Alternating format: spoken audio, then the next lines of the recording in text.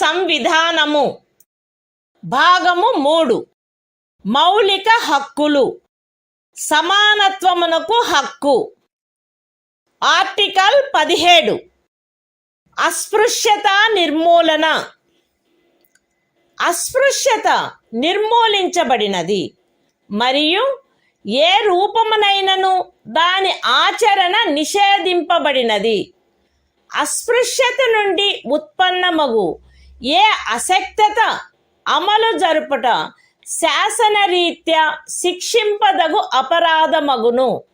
Constitution of India, Part 3, Fundamental Rights, Right to Equality, Article 17, Abolition of Untouchability. Untouchability is abolished and its practice in any form is forbidden. The enforcement of any disability arising out of untouchability shall be an offence punishable in accordance with law.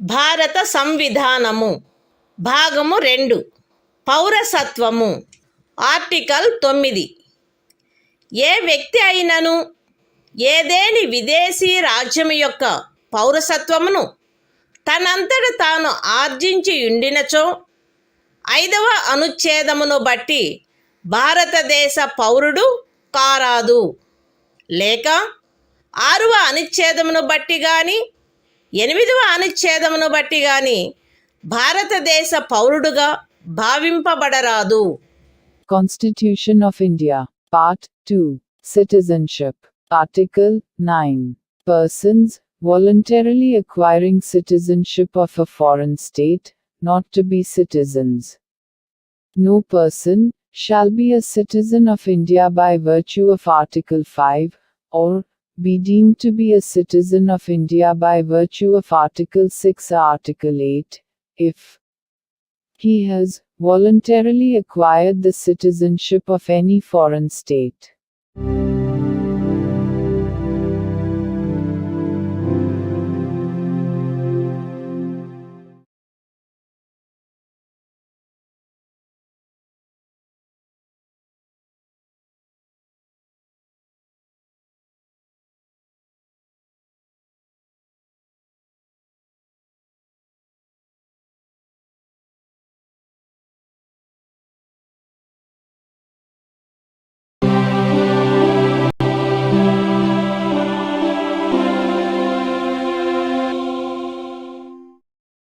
భారత సంవిధానము భాగము 3 మౌలిక హక్కులు శోషణ నుండి రక్షణకు హక్కు article 24 కర్మాగారాలు మొదలైన వాటిలో బిడ్డలను ఉద్యోగములో నుంచుటపై నిషేధము 14 సంవత్సరముల లోపు వయసు గల ఏ బిడ్డయు ఏ కర్మాగారములో కానీ గనిలో కానీ పని చేయుటకు ఉద్యోగములో ఉంచబడరాదు లేక అపాయకరమైన ఏదేని ఇతర ఉద్యోగములలో ఉంచబడరాదు.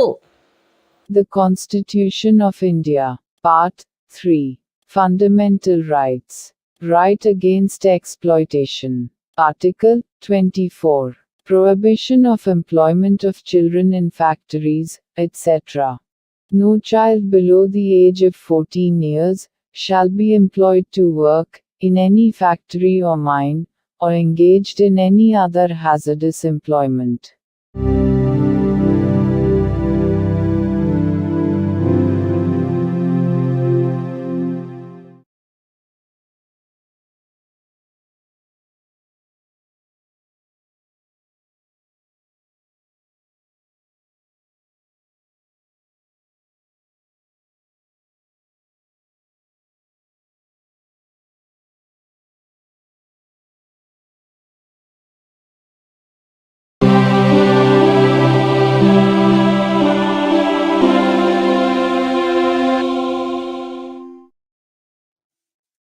భారత సంవిధానము భాగము 4 రాజ్య విధానము యొక్క ఆదేశిక సూత్రములు.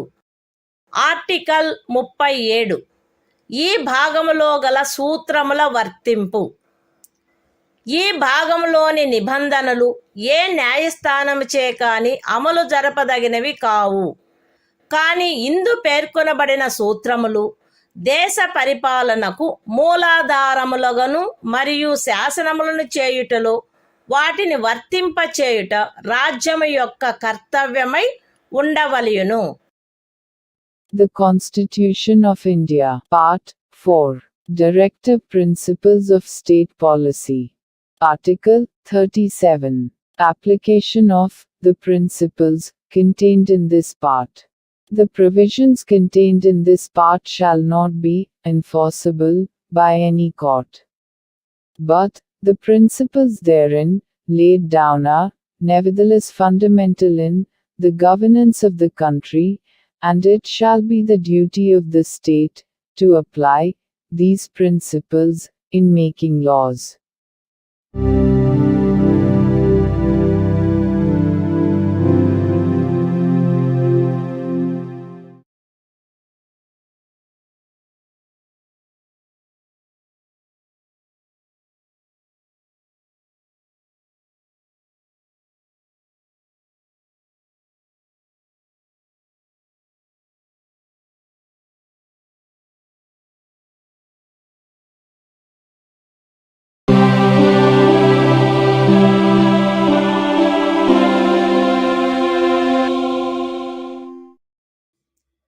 భారత సంవిధానము భాగము 4 రాజ్య విధానము యొక్క ఆదేశిక సూత్రములు. ఆర్టికల్ 43A పరిశ్రమల నిర్వహణలో కార్మికులు పాల్గొనుట. రాజ్యము తగిన శాసన నిర్మాణము ద్వారా లేక ఏదేని ఇతర విధముగా ఏదేని పరిశ్రమలో నిమగ్నమైన సంస్థల వ్యవస్థాపన లేక ఇతర వ్యవస్థల నిర్వహణలో కార్మికులు పాల్గొనున్నట్లు చర్యలు తీసుకొనవలెను. The Constitution of India, Part 4, Directive Principles of State Policy. Article 43A. Participation of workers in management of industries. The state shall take steps, by suitable legislation or in any other way, to secure the participation of workers in the management of undertakings, establishments, or other organizations engaged in any industry.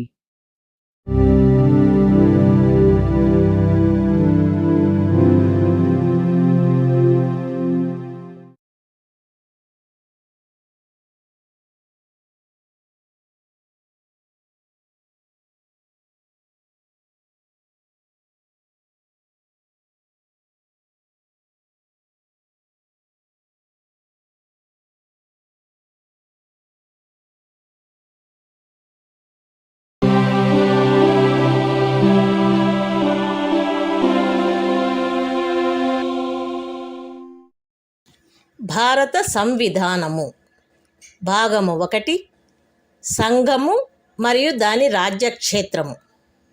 Article 1 India అనగా భారతదేశము రాజ్యముల సంఘమై ఉండును. అందలి రాజ్యములు రాజ్యక్షేత్రములు 1వ అనుసూచియందు నిర్దిష్టమైనట్లుండును. భారతదేశ రాజ్యక్షేత్రమునందు ఏ రాజ్యముల యొక్క రాజ్యక్షేత్రములు, B 1వ అనుసూచియందు నిర్దిష్టమయ్యున్న సంఘ రాజ్యక్షేత్రములు మరియు సి ఆర్జింపబడు ఇతర రాజ్యక్షేత్రములు చేరియుండును. Constitution of India, Part 1, The Union and its Territory. Article 1, Name and Territory of the Union. India, that is Bharat, shall be a union of states. The states, and the territories, thereof, shall be as specified in the first schedule. The territory of India shall comprise the territories of the states, the Union territories, specified in the first schedule, and such other territories as may be acquired.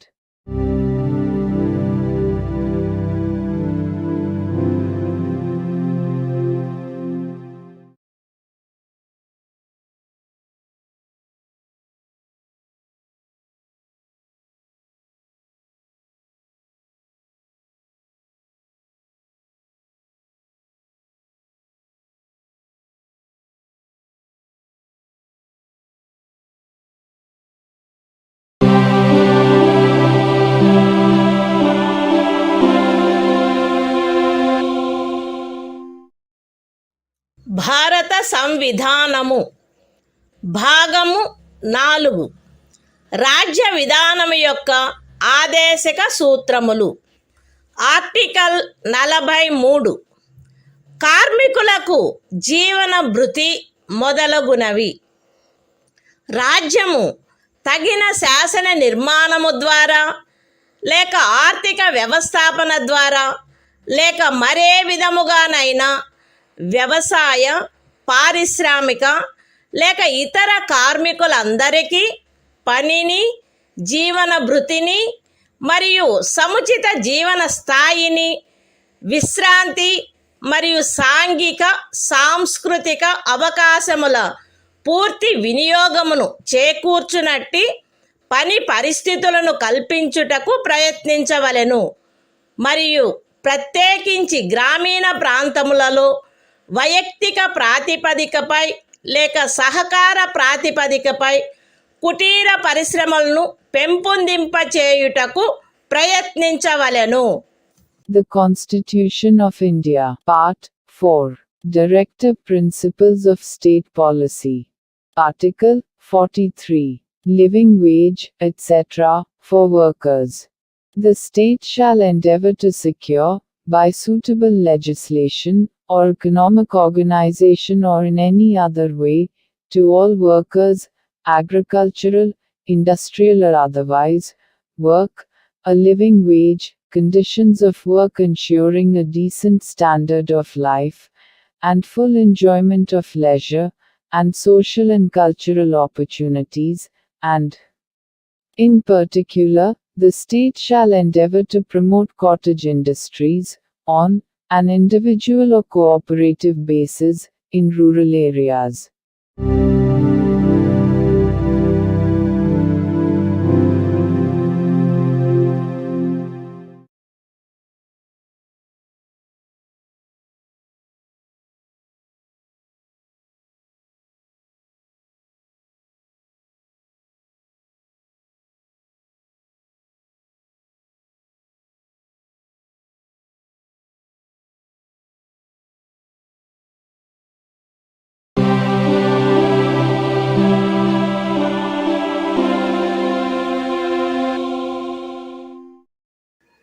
భారత సంవిధానము ప్రస్తావన.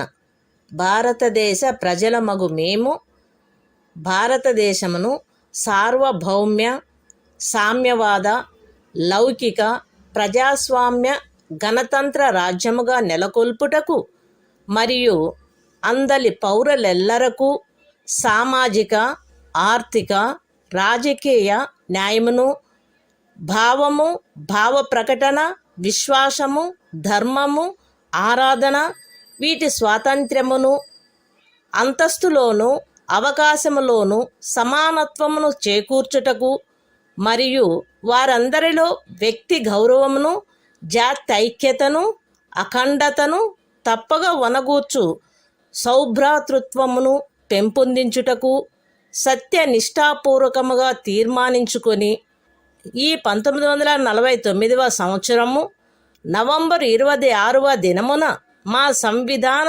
సభయందు ఇందు మూలముగా ఈ సంవిధానమును అంగీకరించి అధిశాసనము చేసి మాకు మేము ఇచ్చుకున్న వారమైతిమి.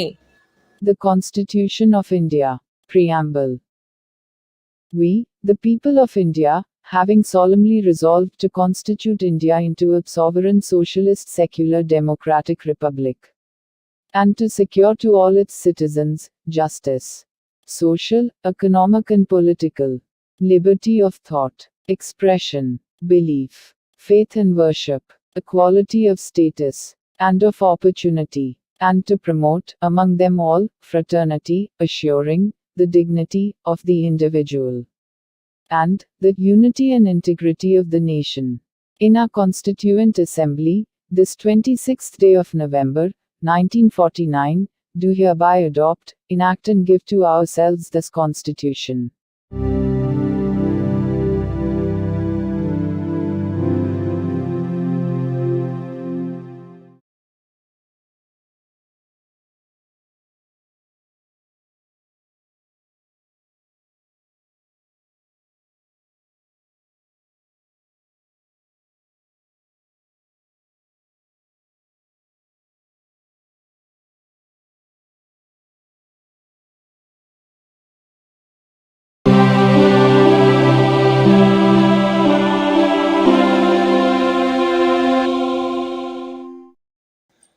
భారత సంవిధానము భాగము 3 మౌలిక హక్కులు సాంస్కృతిక మరియు విద్యా విషయక హక్కులు.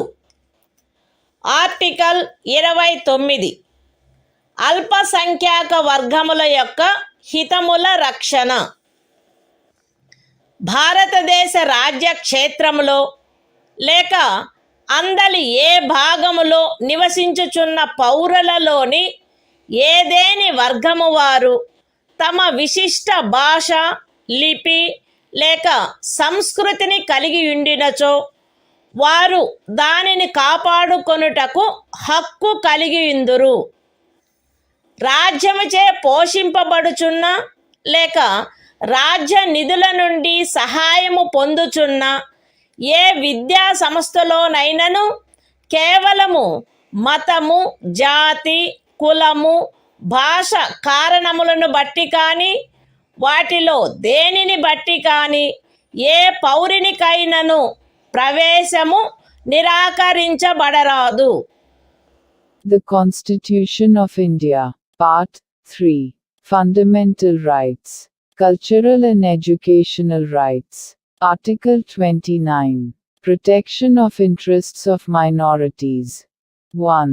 Any section of the citizens residing in the territory of India, or any part thereof having a distinct language, script, or culture of its own, shall have the right to conserve the same. 2. No citizen shall be denied admission into any educational institution maintained by the state, or receiving aid out of state funds, on grounds only of religion, race, caste, language or any of them.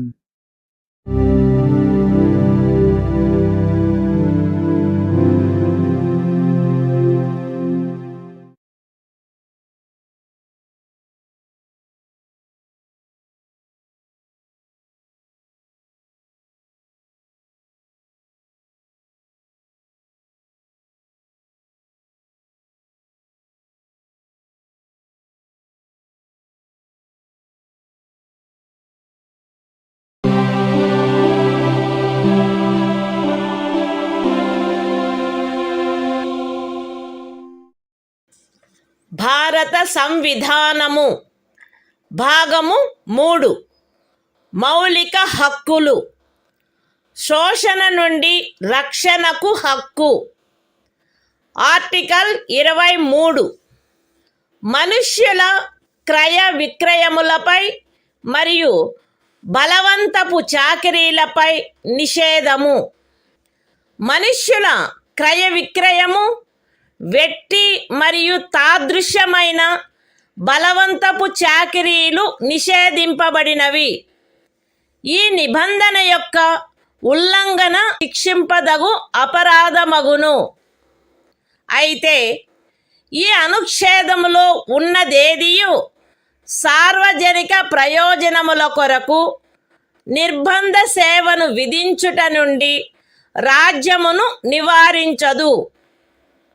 మరియు అట్టి సేవను విధించుటలో రాజ్యము కేవలము మతము, జాతి, కులము లేక వర్గ కారణములను బట్టి కానీ వాటిలో వేనిని బట్టి కాని విచక్షణ చేయరాదు. The Constitution of India, Part 3. Fundamental Rights. Right against exploitation. Article 23. Prohibition of traffic in human beings and forced labor. 1. Traffic in human beings, and beggar, and other similar forms of forced labor, are prohibited. And any contravention of this provision shall be an offense, punishable, in accordance with law. 2. Nothing in this article shall prevent the state from imposing compulsory service for public purposes. And in imposing such service, the state shall not make any discrimination on grounds only of religion, race, caste or class or any of them.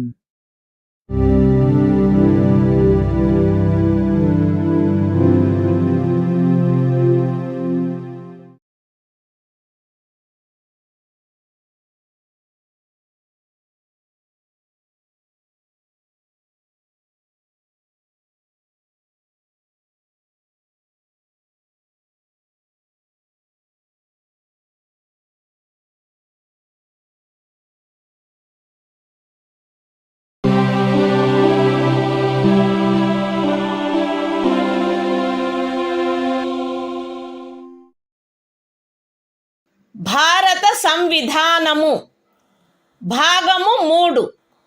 మౌలిక హక్కులు. స్వాతంత్ర్యమునకు హక్కు. Article 20.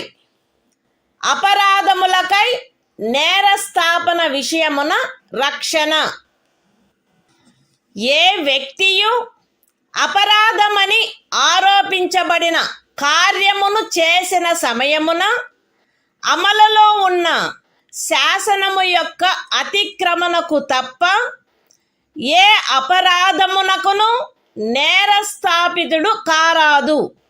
మరియు అపరాధము చేసిన సమయమున అమలులోనున్న శాసనము క్రింద విధింపబడి ఉండడి దానికంటే మించిన శాస్తికి లోను చేయబడరాదు. ఏ వ్యక్తియు ఒకే అపరాధమునకు ఒకసారికి మించి అభియోగమునకు మరియు శిక్షకు గురి చేయబడరాదు. ఏదైనా అపరాధము చేసినట్లు అభియుక్తుడైన ఏ వ్యక్తియు తనకు వ్యతిరేకముగా సాక్ష్యము నొసగుటకు బలవంతము చేయబడరాదు. Constitution of India, Part 3. Fundamental Rights. Right to Freedom. Article 20. Protection in respect of conviction for offences. No person shall be convicted of any offence except for violation of a law in force at the time of the commission of the act charged as an offence, nor be subjected to a penalty greater than that which might have been inflicted under the law in force at the time of the commission of the offence. No person shall be prosecuted and punished for the same offence more than once. No person accused of any offence shall be compelled to be a witness against himself.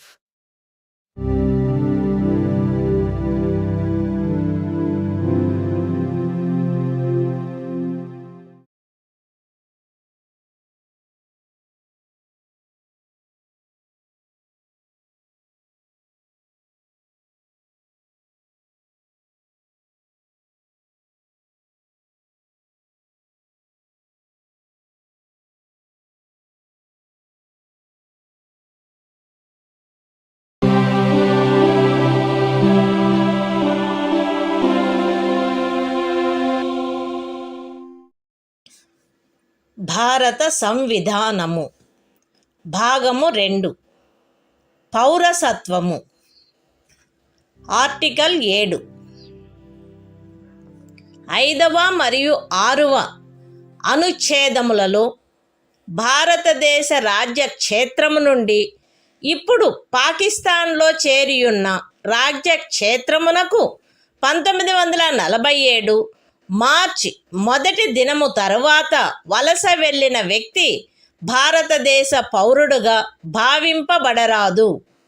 అయితే పాకిస్తాన్లో ఇప్పుడు చేరబడియున్న రాజ్యక్షేత్రమునకు అట్లు వలస వెళ్ళిన తరువాత భారతదేశంలో పునరావాసమునకు గాను లేక భారతదేశమునకు శాశ్వతంగా తిరిగి వచ్చుటకు గాను శాసన విహితమైన ఏదేని ప్రాధికారము చేయగాని ప్రాధికారము క్రింద గాని వసగబడిన అనుజ్ఞా పత్రము క్రింద భారతదేశ రాజ్య క్షేత్రమునకు తిరిగి వచ్చిన వ్యక్తికి ఈ అనుచ్ఛేదములోని ఏదియూ వర్తించదు.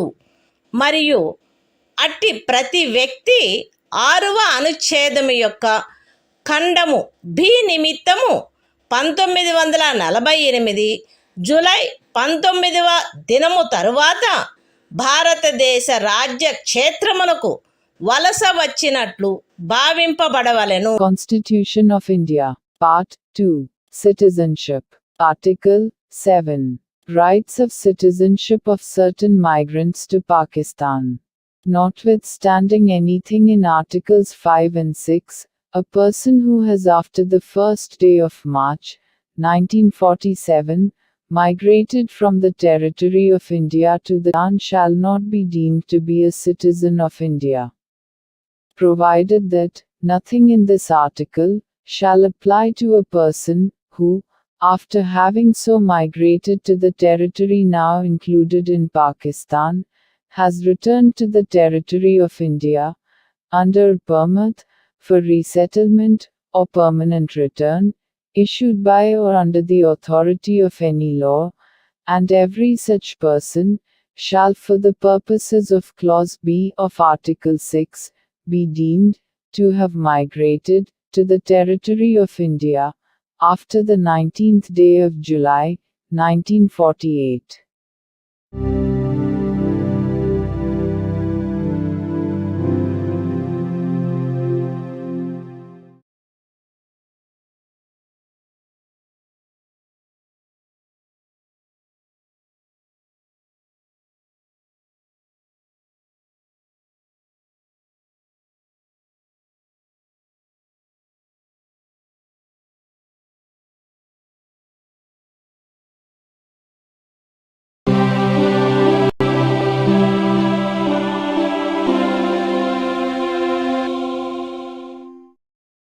భారత సంవిధానము భాగము 3 మౌలిక హక్కులు మత స్వాతంత్ర్యపు హక్కు.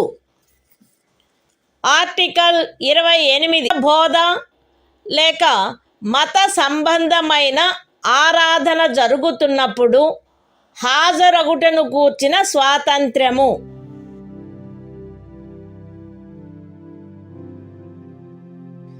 రాజ్య నిధుల నుండి సంపూర్ణముగా పోషింపబడుచున్న ఏ విద్యా సంస్థలోనూ ఎట్టి మత బోధనకైనను ఏర్పాటు చేయరాదు.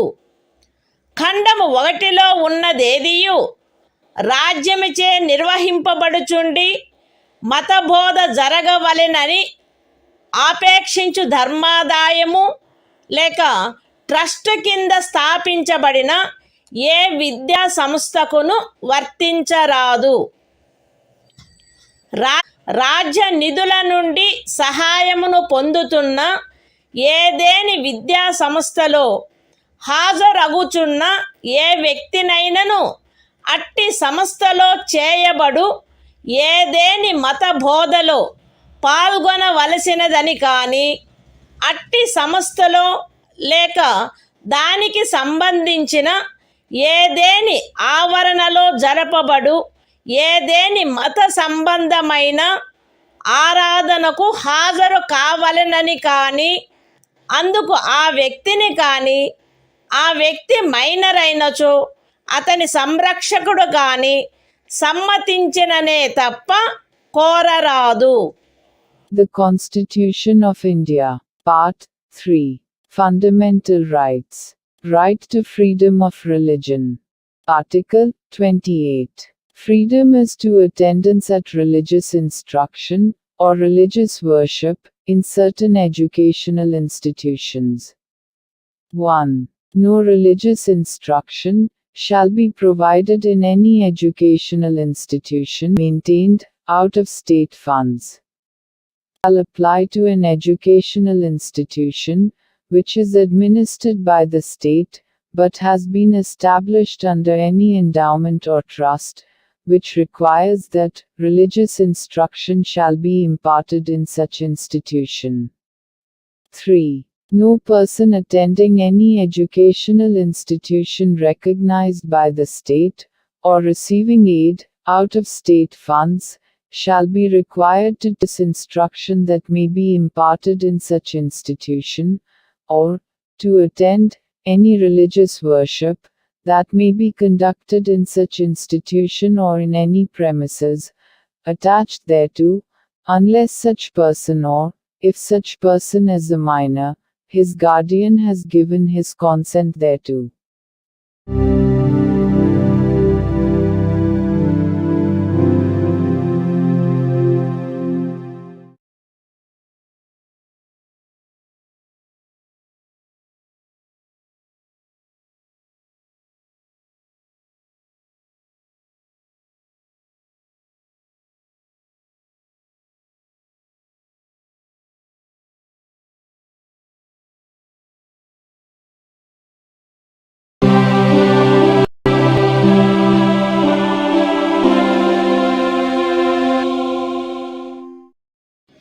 భారత సంవిధానము భాగము 3 మౌలిక హక్కులు సాంస్కృతిక మరియు విద్యా విషయక హక్కులు ఆర్టికల్ 30 విద్యా సంచుటకు మరియు నిర్వహించుటకు గల హక్కు మత ప్రాతిపదికపై కానీ భాషా ప్రాతిపదికపై కానీ ఏర్పడిన అల్పసంఖ్యాక వర్గముల వారందరూ తమకు అభీష్టమైన విద్యా సంస్థలను స్థాపించుకొనుటకును ఖండము 1లో నిర్దేశింపబడిన అల్పసంఖ్యాక వర్గముచే స్థాపింపబడి నిర్వహింపబడుతున్న ఒక విద్యా సంస్థ యొక్క ఏదేని ఆస్తిని నిర్బంధ అధ్యార్జన కొరకు అట్టి శాసనము ద్వారా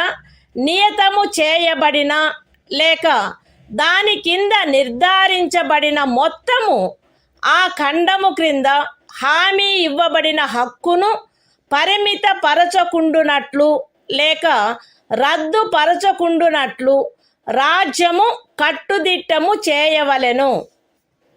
విద్యా సంస్థలకు సహాయము చేయు సందర్భములలో మత భాషా ప్రాతిపదికపై ఏర్పడిన అల్పసంఖ్యాక వర్గము యొక్క నిర్వహణలో ఉన్నదను కారణమును బట్టి ఏ విద్యా సంస్థకు విరుద్ధముగాను రాజ్యము విచక్షణ చేయరాదు.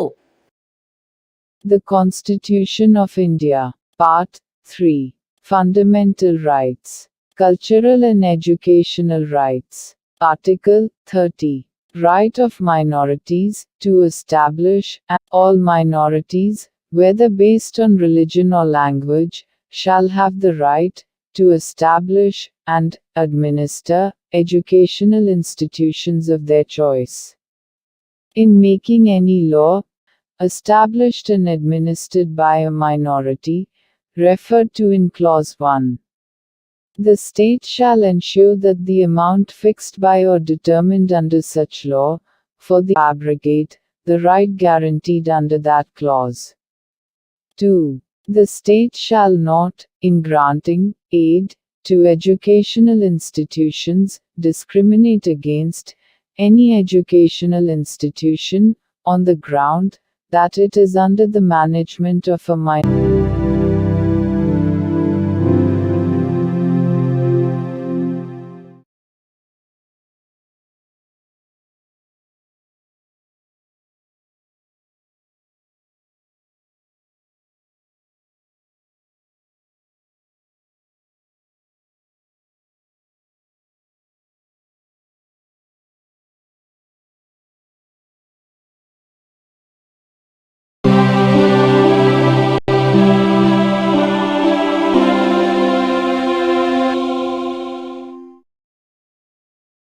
భారత సంవిధానము. భాగము 3. మౌలిక హక్కులు. సంవిధానిక ప్రత్యుపాయములకు హక్కు.